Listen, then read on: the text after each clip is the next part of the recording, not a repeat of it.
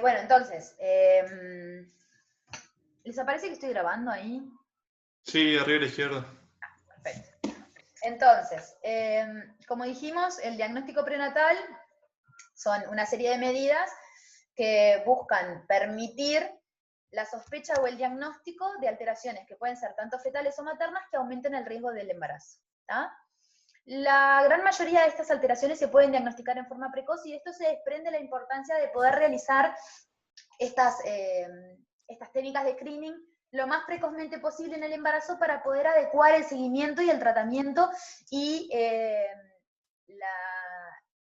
la finalización de estos embarazos. ¿Tá? Es por eso la importancia de realizar, como de cambiar el esquema mental que tenemos nosotros y que plantea el Ministerio de Salud Pública con el control obstétrico, en la cual los controles obstétricos son más espaciados durante el primer y el segundo trimestre y más cercanos en el último trimestre. En realidad lo que nosotros deberíamos hacer es cuestionar realmente este modelo de control obstétrico y ir tendiendo de a poco a modificar este paradigma de control y poder aumentar los controles obstétricos al inicio del embarazo, identificar y clasificar bien a las pacientes en cuanto a estadificar a las pacientes en cuanto a su riesgo y eso nos va a permitir poder controlar en forma más adecuada y más individualizada estos embarazos y los nacimientos, obviamente. ¿Tá? Esto es lo que se llama como el paradigma de la pirámide invertida. ¿Tá? Lo hablan mucho lo plantean mucho los españoles y también los ingleses. Los objetivos de la clase de hoy, o sea, los objetivos de este teórico, es que ustedes conozcan la importancia del diagnóstico prenatal y que conozcan las técnicas de screening con las que nosotros contamos. ¿Tá? La importancia del diagnóstico prenatal es que los defectos congénitos no, si bien no son algo que se presenta en forma muy frecuente durante los embarazos, tiene una incidencia que oscila entre el 3 al 6%. En algunas series acá nacionales plantean el 4% de los recién nacidos presentan defectos congénitos, pero sí son responsables de una gran parte de lo que es la muerte perinatal. Condicionan el 20% de las muertes perinatales, un 15% de las neonatales y un 10% de la mortalidad infantil. Y se considera mortalidad dura, es decir, que es muy difícil que nosotros podamos abatir o modificar esta serie de esta incidencia, o sea, este peso que tiene sobre la mortalidad. ¿Tá? Dado estos números, las alteraciones congénitas, los defectos congénitos, son una de las principales causas de mortalidad infantil junto con la prematurez, y de eso como que se desprende su importancia. ¿Tá? Además, permite una preparación, las técnicas de diagnóstico prenatal, el diagnóstico en forma precoz de estas patologías, permiten una preparación no solo psicológica y emocional, sino también social obviamente del equipo de salud, pero más que nada de los progenitores de estos embarazos, para poder también tomar decisiones en forma obviamente informada sobre, sobre este embarazo, ¿sí? También permite una correcta planificación al momento del nacimiento, más que nada en el lugar y en las medidas que se van a tomar una vez que nazca este niño. ¿Tá? Y obviamente tiene implicancias, por todo esto que dijimos, tiene grandes implicancias a nivel del pronóstico. ¿Tá? El objetivo del screening es más que nada parte de lo que veníamos hablando de la importancia.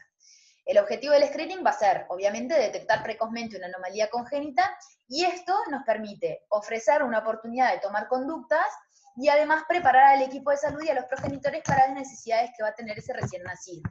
¿Ah? Las anomalías congénitas se definen, eso es lo que dice, es como un poco teórico lo que dice la diapositiva, toda alteración orgánica o funcional en el momento de nacer que impida la adaptación al medio, la correcta adaptación al medio extrauterino en los aspectos biológicos, psíquicos y sociales, ocasionando la muerte y o la incapacidad para crecer y desarrollarse en las mejores condiciones. ¿Tá? como dijimos, tiene una incidencia del 4% de los nacidos vivos, en otras series reportan entre un 3 a un 6%, entre un 3 a un 6%, y las anomalías congénitas pueden ser cromosómicas, pueden ser monogénicas, pueden ser poligénicas o ambientales. Las cromosómicas son las más frecuentes, ¿sí? Pueden ser, que las vamos a hablar en la siguiente diapositiva, pueden ser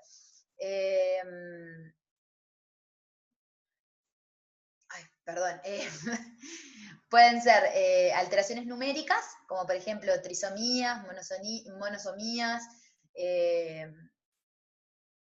incluso hay como tetrasomías, o pueden ser estructurales, ¿tá?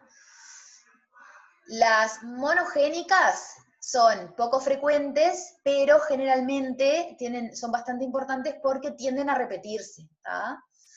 Las poligénicas son las monogénicas son las que involucran un solo gen, ¿sí? Y tienen una herencia mendeliana además. Pueden ser autosómicas dominantes, autosómicas recesivas o ligadas al X. Las poligénicas son aquellas que combinan la alteración de múltiples genes y pueden encontrarse también vinculados con el ambiente. Son bastante frecuentes, pero generalmente no tienden a repetirse, se presentan en forma aislada, y luego están las ambientales, que pueden estar relacionadas con infecciones, como por ejemplo las infecciones connatales, o pueden estar vinculadas también a lo que son la exposición a teratogénicos. ¿Ah?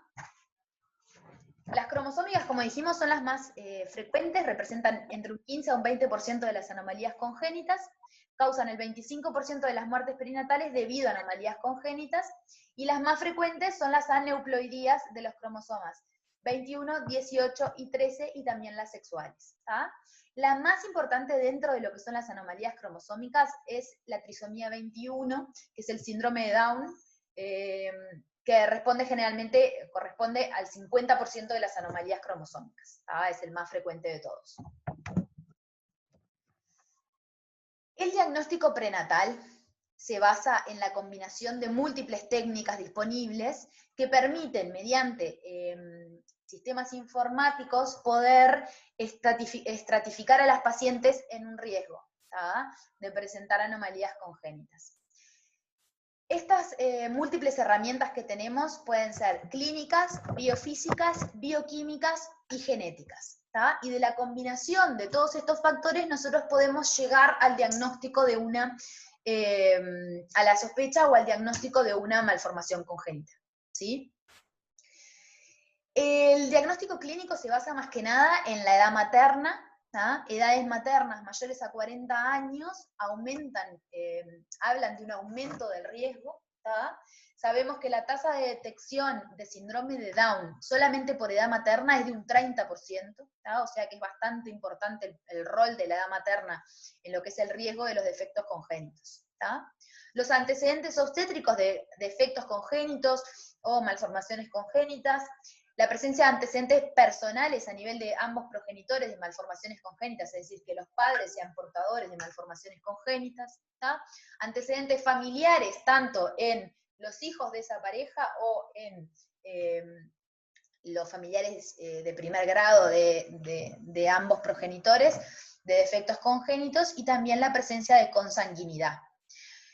Otra cosa que hay también que tener en cuenta dentro de lo que es clínico, y más que nada en los antecedentes personales, son los hábitos tóxicos, y principalmente para aquellas malformaciones congénitas en las cuales el ambiente puede participar, ¿tá? Los hábitos tóxicos y la exposición a teratógenos. ¿Tá? A nivel biofísico nos basamos más que nada en la ecografía, y las ecografías que utilizamos para el screening de las malformaciones o de los defectos congénitos son más que nada la ecografía TN y la morfoestructural, que vamos a hablar un poquito más adelante. ¿Tá? El bioquímico está basado en la utilización de marcadores bioquímicos, que los marcadores bioquímicos son generalmente sustancias que pueden ser de origen fetoplacentario, que en embarazos con malformaciones congénitas o con defectos congénitos se pueden encontrar alterados en lo que son sus niveles normales en un embarazo que no tenga estas patologías. ¿Tá? Sí. Hay una compañera que quiere entrar y que pide que la acepten. No está puesto el... A ver. Porque dice que se le desconectó. Puso en el grupo. Pero no está como para puesto el waiting room. No sé cómo se dice. A ver. No, le pongo en el grupo, pero ella como Decirle que que no la entre deja. nomás. Saben que paro el... A ver. No, el waiting room no está prendido, así que puede entrar tranqui. No. ¿Está? Ahí va. Bueno, y los criterios, digamos, genéticos pueden ser basados en estudios invasivos o no invasivos. ¿Está? Ahí.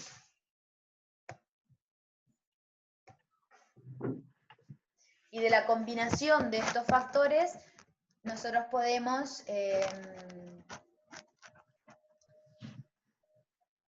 como estratificar a las pacientes según el riesgo individual en cada embarazo. ¿No? Bueno, vamos a hablar de screening de defectos congénitos. Nosotros contamos con screening en el primer trimestre y en el segundo trimestre, y vamos a hablar de los dos. ¿Tá? El screening del primer trimestre tiene como objetivo la detección de cromosomopatías o malformaciones congénitas, principalmente cardíacas, y también de valorar el riesgo de enfermedades o complicaciones obstétricas, como es el síndrome de preeclampsia-eclampsia, y la restricción del crecimiento intrauterino. ¿Tá? En el screening de cromosomopatías o de defectos congénitos va a estar el screening de cromosomopatías o de defectos congénitos, principalmente cardíacos, va a estar basado en la combinación de algunos factores, entre ellos la edad materna. La edad materna, como dijimos, tiene una tasa de detección para el síndrome de Down que es del 30%. ¿Tá? Si a la edad materna le sumamos otros factores como la ecografía y el Doppler, vamos a aumentar lo que es la sensibilidad para la detección de defectos congénitos a un 80%. ¿Tá? Y lo que usamos en la ecografía y el Doppler es la ecografía que todos conocemos como translucencia nucal, ¿tá? Que va mucho más allá de lo que es solamente la translucencia nucal. ¿Tá? En esta ecografía nosotros la vamos a poder hacer entre las 11 y las 14 semanas con un LSC, es decir, una longitud cefalocaudal del embrión o feto que vaya entre 45 y 84 milímetros. ¿Tá? Para poder hacer esta ecografía necesitamos hacer un corte transversal que incluya la cabeza y la parte superior del tórax, ¿tá? Con la cabeza en posición indiferente, ¿sí? Y lo que vamos a medir, como dijimos, es mucho más que la translucencia nucal. Vamos a medir la translucencia nucal, ¿sí? La translucencia nucal es la medición de el líquido, de la acumulación de líquido detrás del cuello fetal, ¿sí? Una translucencia nucal por encima del percentil 99 la vamos a considerar patológica, pero también vamos a valorar otras cosas, como por ejemplo, la presencia o ausencia de hueso nasal, siendo que en un alto porcentaje de las trisomías 21, un 70% no tienen hueso nasal. ¿Tá? También vamos a valorar el ángulo que está dibujado ahí en la foto, que es el ángulo maxilar. Lo que se valora es el ángulo que hay entre el borde superior del maxilar, ¿tá? Que no sé si ven la flechita acá, es este, ¿tá? Y la prolongación del frontal, ¿tá? Este ángulo en la trisomía 21 es mayor que en los embarazos que no tienen trisomía 21. ¿Tá? Además de estas alteraciones estructurales, vamos a valorar también con el Doppler la presencia de otras alteraciones.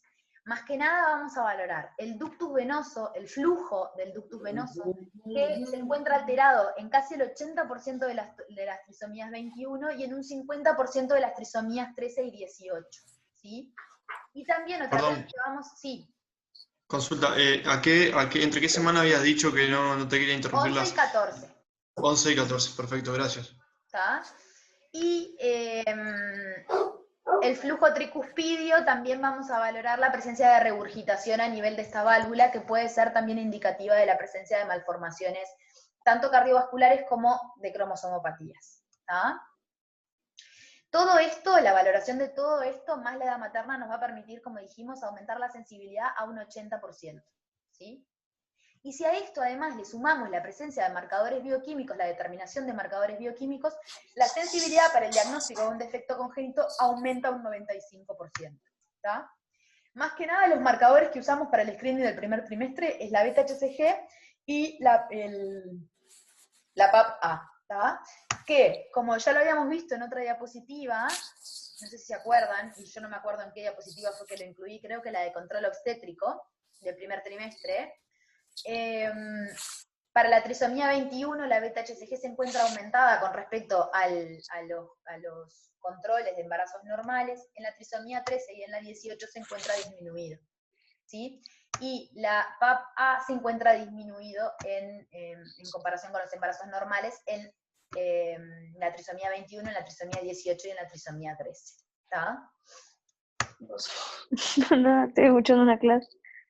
Con respecto a al screening de síndrome de preeclampsia, eclampsia y RCIU, se basa más que nada en la determinación, en el control obstétrico de los factores de riesgo, que ya los estuvimos mencionando en la clase de estados hipertensivos del embarazo, la determinación en los controles de la presión arterial, principalmente en los primeros controles,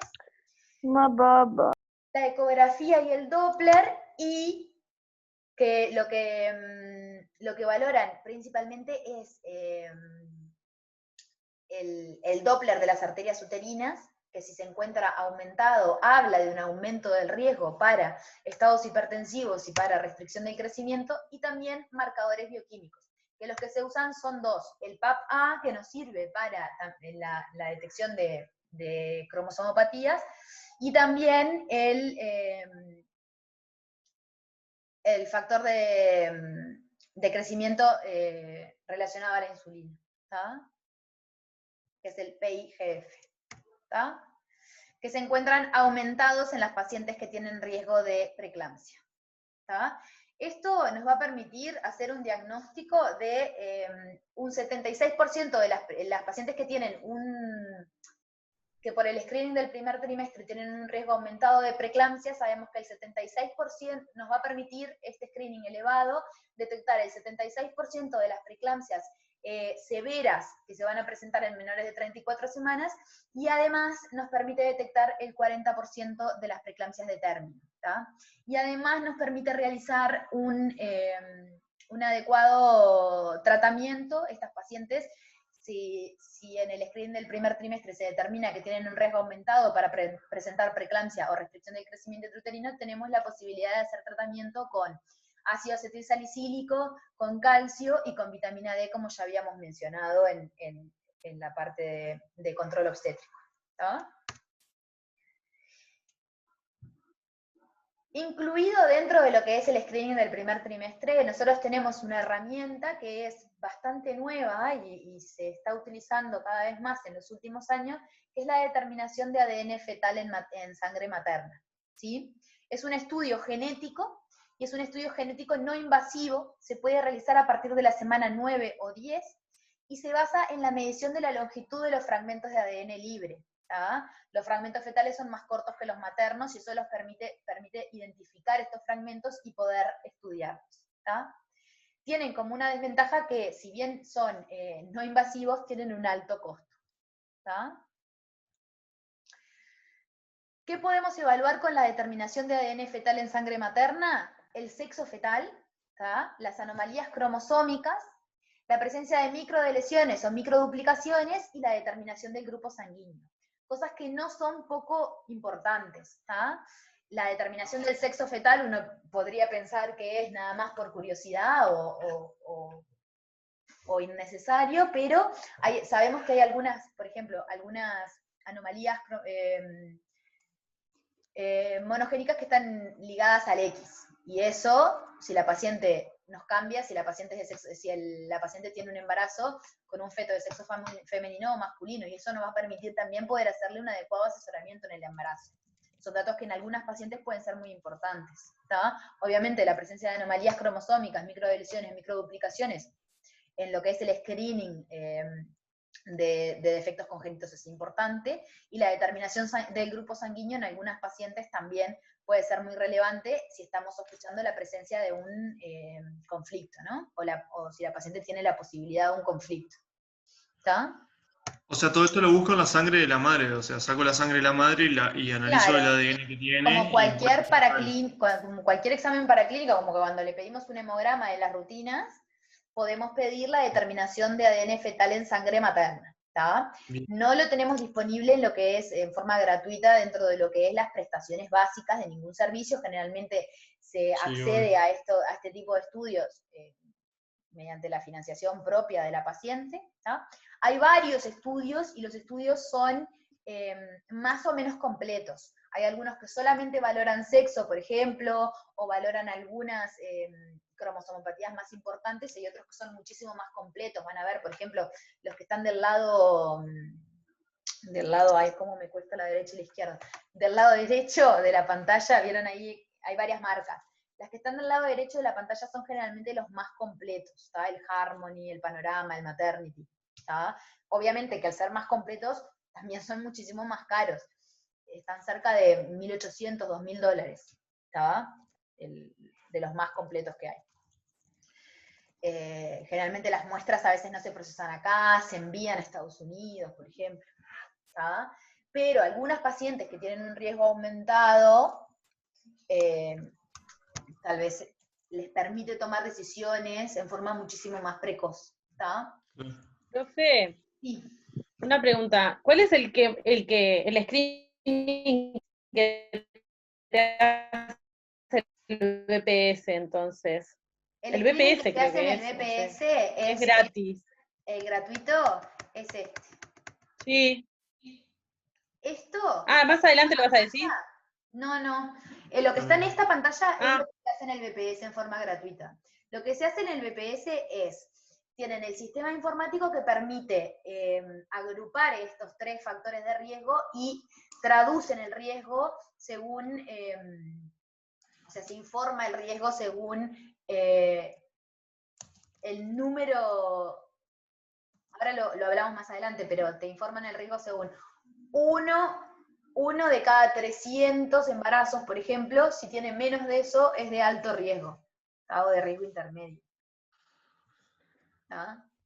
O sea, ¿qué posibilidad de que este embarazo tenga una patología? 1 en 300, 1 en 600, 1 en 300.000. ¿Tá? 1 en 300.000 obviamente que es un riesgo bajo. ¿Tá? Pero más que nada se toma como límite de corte para considerar un riesgo elevado 1 en 300 o 1 en 250. ¿Tá? Por debajo de eso es un riesgo elevado. ¿Se entendió? Pero lo que hace el BPS es, en forma gratuita, es realizar la determinación de marcadores bioquímicos. Además de eso, si vos le llevas el resultado del ATN con fecha y el resultado del ATN, y además los datos de la edad materna, ellos te lo ingresan todo en el sistema y te informan el riesgo, según un número absoluto. ¿Tá? Lo que se hace en el BPS es la determinación de los marcadores bioquímicos, y lo asocian con la edad materna y con la ATN que ya se realiza. Se puede realizar ahí en el BPS o se realiza en otro lado. ¿Tá? Pero no hacen ADN fetal en sangre materna.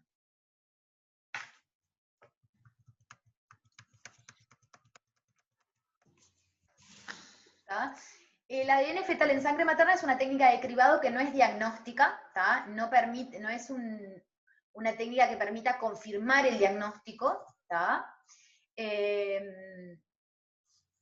Y es exclusiva para las aneuploidías en cromosomas indicados. ¿Tá? No se recomienda su práctica en forma rutinaria, solamente en algunos casos. Por ejemplo, en algunos casos en los cuales el screening se informa como de alto riesgo, se podría hacer este paso intermedio previo a las técnicas invasivas, o en pacientes que ya tienen antecedentes obstétricos, personales o familiares de malformaciones. ¿Tá? Y obviamente, si presenta alguna anomalía ecográfica previa a la técnica invasiva, o si tiene un ADN fetal en sangre materna alterado, podemos pasar después para la confirmación diagnóstica a una técnica invasiva. ¿Ah? El screening del segundo trimestre nos permite valorar la presencia de alteraciones morfoestructurales, el riesgo de parto pretérmino y también aneuploidías en el caso de que no haya sido valorado o no haya sido diagnosticado en el screening del primer trimestre. ¿Tá?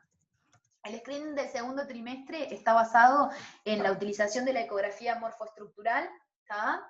Lo que nosotros sabemos es que la ecografía morfoestructural, como sabemos, se hace entre las 16 y las 24 semanas, generalmente más específicamente entre las 20 y las 24 semanas. Se le tiene que realizar a todas las pacientes embarazadas, y es importante que se realice a todas las pacientes embarazadas, porque la mayoría de las malformaciones congénitas o de las malformaciones morfoestructurales se dan en pacientes que tienen bajo riesgo de malformaciones congénitas. ¿Tá? Nos va a permitir además la ecografía morfoestructural diagnosticar el riesgo de parto pretérmino o plantear un riesgo de parto pretérmino mediante la medición de la longitud cervical por vía transvaginal. ¿Sí? Nosotros sabemos que una longitud cervical menor a 15 milímetros aumenta significativamente el riesgo de parto pretérmino antes de las 32 semanas, y menor a 25 milímetros también tiene un riesgo aumentado. ¿Tá? Y nos permite, en el caso de que nosotros identifiquemos longitudes cervicales menores a 25 milímetros, y con más razón menores a 15 milímetros, hacer un tratamiento con progesterona o con pesario, o plantear la realización de un cerclash, ¿tá? Para disminuir el riesgo que ya tiene inherente de parto pretérmino. ¿Tá? Además, nosotros lo podemos asociar con la presencia de marcadores, ¿tá? Bioquímicos, para que les voy a mismo para acá. Marcadores bioquímicos que se usan, marcadores diferentes con respecto a al screening del primer trimestre. Lo que usamos es la alfa-fetoproteína y el estriol. ¿Tá? En la trisomía 21 la alfa-fetoproteína va a estar disminuida, al igual que el estriol, y en los defectos del tubo neural la alfa-fetoproteína se encuentra aumentada y el estriol se encuentra en iguales concentraciones que los embarazos normales. ¿Tá? Bueno, esto es lo que veníamos hablando de la medición del cuello. Entonces, una vez que tenemos realizada el screening del primer trimestre y o el screening del segundo trimestre, ¿qué tenemos que hacer si tenemos un screening alterado? Si nosotros tenemos un screening alterado, tenemos que pasar a la realización de técnicas diagnósticas. Y las técnicas diagnósticas de defectos congénitos o malformaciones congénitas son las técnicas invasivas. ¿Tá? No queda otra.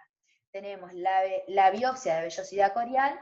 La biopsia de vellosidad corial se realiza entre las 11 y las 15 semanas y permite la realización de un cariotipo. ¿Tá? La amniocentesis es la segunda técnica diagnóstica, que también es invasiva. Se realizan embarazos mayores a 15 semanas, es decir, a partir de las 16 semanas. Permite realizar cariotipo, otros estudios como el microarray y la PCR para infecciones. ¿Tá? Cuando hablamos de infecciones cornatales, se acuerdan que hablamos en un momento de amniocentesis para la confirmación diagnóstica.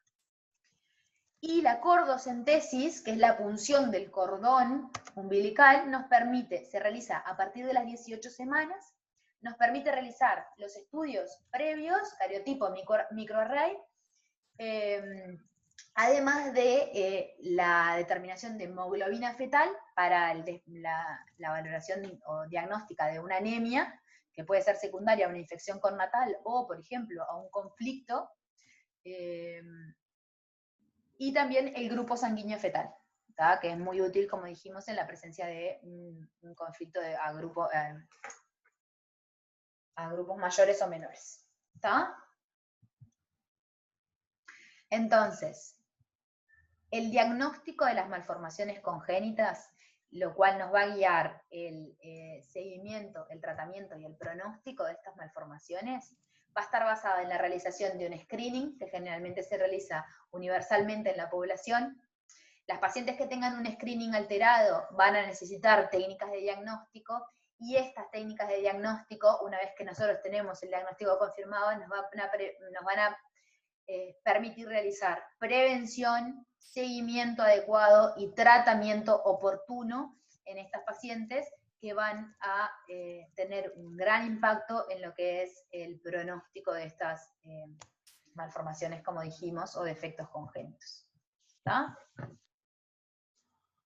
Básicamente lo que hay que saber es eso. Es bastante teórico, como vieron, pero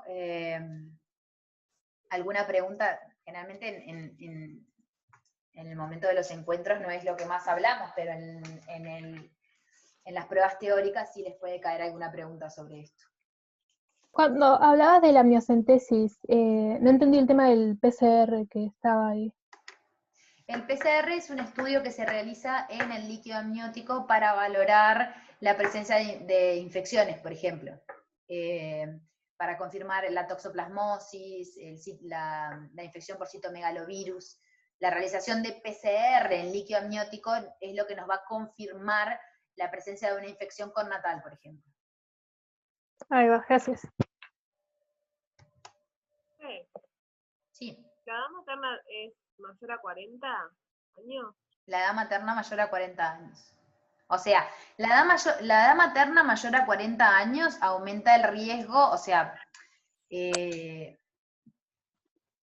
aumenta el riesgo de trisomía 21, ¿tá? Permite el diagnóstico en hasta un 30%, ¿tá? Solamente la edad materna mayor a 40 años.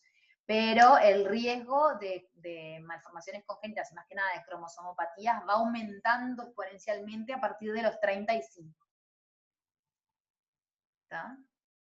Y yo tengo una pregunta. Que tiene relación más que nada con lo que es el envejecimiento del ovocito. Sí. En el caso de que, por ejemplo, los padres no quieran y quieran hacer un aborto, ¿en estos casos está medido según el screening? En realidad, las indicaciones para interrupción voluntaria del embarazo siguen siendo las mismas. Hasta las 12 semanas solamente por una decisión materna, que puede ser, por ejemplo, en una paciente en la que se sospeche que tenga una translucencia nucal aumentada, por ejemplo, si quisiera, se podría hacer, ¿tá? Pero hasta las no 12 sería- semanas, obviamente. Pero no, Y después no, la presencia de una no. malformación fetal incompatible con la vida extrauterina, ahí no hay límite de edad gestacional. Porque una de las trisomías, yo no me acuerdo bien cuál era, no sé si era la 13 o... La hay 13 y una la 18 son incompatibles con la vida extrauterina. Esa, o sea, esa sí se puede decidir si la madre lo quiere interrumpir, o sea, en O cualquier sea, etapa. sí, no tenemos un límite de edad gestacional, o sea, lo diagnosticamos a las 16 semanas, a las 20 semanas una trisomía 13 o una trisomía 18, tiene indicación, si la paciente lo decide, se puede interrumpir la gestación. ¿Está?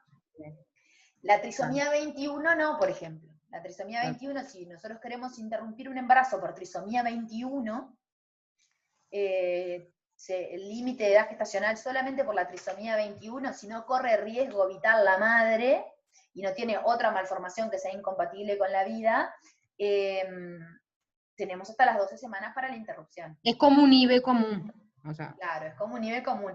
Lo que sí, por ejemplo, en esas pacientes, cuando nosotros tenemos una TN aumentada, podemos, ahí es como bastante útil estas técnicas no invasivas. El ADN fetal en sangre materna, que si bien no es diagnóstica, aumentan lo que es la sensibilidad y la especificidad para el diagnóstico de ciertas cromosomopatías y puede ayudar a tomar una decisión más. Igual se hace diagnóstico con la TN, habíamos dicho, ¿verdad? ¿El diagnóstico de? Por ejemplo, trisomía 21. Se hace sospecha. Sospecha, ahí va. La Pero ecografía, eso los marcadores bioquímicos, el ADN fetal en sangre materna son técnicas de sospecha diagnóstica. Bien. Las técnicas Pero- diagnósticas que como que sostienen el diagnóstico son las invasivas. Bien, pero por ejemplo, Sustituye a la invasiva en lo que es el diagnóstico. Sí, obviamente que si tiene una edad materna avanzada, una TN aumentada y además tiene los marcadores compatibles con una trisomía, sí, seguramente bastante va a ser, ¿tá? Pero para poder confirmar el diagnóstico son técnicas invasivas. Pero eso es a partir de la TN a partir de las 11 semanas, hemos dicho, ¿verdad? La TN entre las 11 y las 14, sí. Entre las 11 y las 14. O sea, no me daría rango ahí de un IBE, por ejemplo. Tiempo te da, o sea, si vos te lo hiciste a las 11, o sea, si te lo hiciste a las 13, ya no. Pero si te lo hiciste a las 11, bueno, en un IBE no tenés una semana para hacer el IBE 1, por ejemplo. A Son IBE 5 2. días. El Ah, IB1 y 5 IB2 días. lo puedes hacer juntos, mientras vas pidiendo alguna otra técnica, a no ser que la paciente diga, yo no necesito ninguna otra técnica, yo con la TN alterada ya decido interrumpir, ¿tá? Y mientras vas pidiendo las otras técnicas, ya sean diagnósticas o de sospecha, vas esperando los 5 días de reflexión. Bien. O sea, si se Perfecto. lo hace a las 11, que se le hiciera a las Claro, 11 está todo más muy 0, justito, pero se puede, está bien. a las 11 más 5, teóricamente podría estar haciendo el IB3. Bien, perfecto. Gracias. ¿Tá? Sí, es Está todo juntito apretado, ahí. pero Claro. sí se puede hacer. Perfecto. También hay que tener cuidado al informar a las pacientes, ¿no? Porque nosotros cuando hacemos un screening del primer trimestre que nos da elevado o nos da un riesgo intermedio, generalmente para poder llegar a un diagnóstico certero tenemos que hacer una miocentesis o una biopsia de vellosidad corial, o más adelante una cordocentesis. Hay pacientes que realmente las técnicas de diagnóstico, es decir, las técnicas invasivas, se llaman invasivas y por lo tanto es como bastante obvio que no están exentas de riesgos. ¿tá? Tienen riesgo de infección, tienen riesgo de aborto, tienen riesgo de rotura prematura de membranas, de parto pretérmino, riesgo de muerte fetal, ¿tá? De óbito. Entonces, hay pacientes que realmente la presencia de una trisomía 21, por ejemplo, no les cambiaría para nada digamos, el seguimiento obviamente obstétrico sí, pero a la paciente no le cambiaría en nada la decisión de continuar o interrumpir el embarazo. Hay pacientes que te dicen, independientemente de la alteración que pueda llegar a tener, yo no deseo interrumpir este embarazo y lo voy a llevar hasta lo más adelante que pueda. Y bueno, y eso, exponer a la paciente a un riesgo para ella, a un riesgo para su embarazo, por algo que realmente no le va a aportar, que va a realizar un diagnóstico precoz, también hay que ver el momento de informar a esa paciente bien si, por ejemplo, un diagnóstico de trisomía 21, un riesgo aumentado de trisomía 21, si la paciente no le cambia nada, no plantea interrumpir este embarazo, si confirma el diagnóstico, la vamos a exponer a riesgos para algo que a ella no le va a cambiar la conducta suya propia, ¿tá? Y a nosotros en realidad, ¿qué nos va a cambiar? Si confirmamos el diagnóstico de trisomía 21, le vamos a pedir ecocardiograma fetal, le vamos a pedir otros estudios, pero si no lo confirmamos, también lo vamos a pedir ante la sospecha. Y después se valorará postnatal si lo tiene o no lo tiene, y si la madre no le va a cambiar. ¿No? Cuando estamos informando riesgo, tenemos que hablar con las pacientes esto también, que son técnicas invasivas, que para poder llegar al diagnóstico tenemos que hacer técnicas invasivas, en forma prenatal. Y que estas técnicas invasivas no están exentas de riesgo. Entonces, si va a cambiar la conducta, sí, se recomiendan. Si no va a cambiar la conducta, y tal vez no. Eso hay que hablarlo muy bien y hacer un adecuado asesoramiento con las pacientes. Porque capaz que es un embarazo que completamente buscado, aceptado, deseado, y nosotros le estamos agregando riesgos a este embarazo en forma iatrogénica, sin ningún beneficio.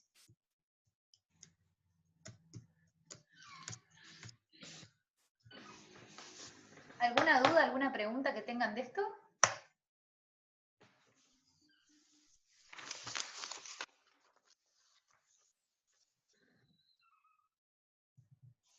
Mañana, de mañana vemos enfermedad inflamatoria pélvica que habíamos quedado, ¿no?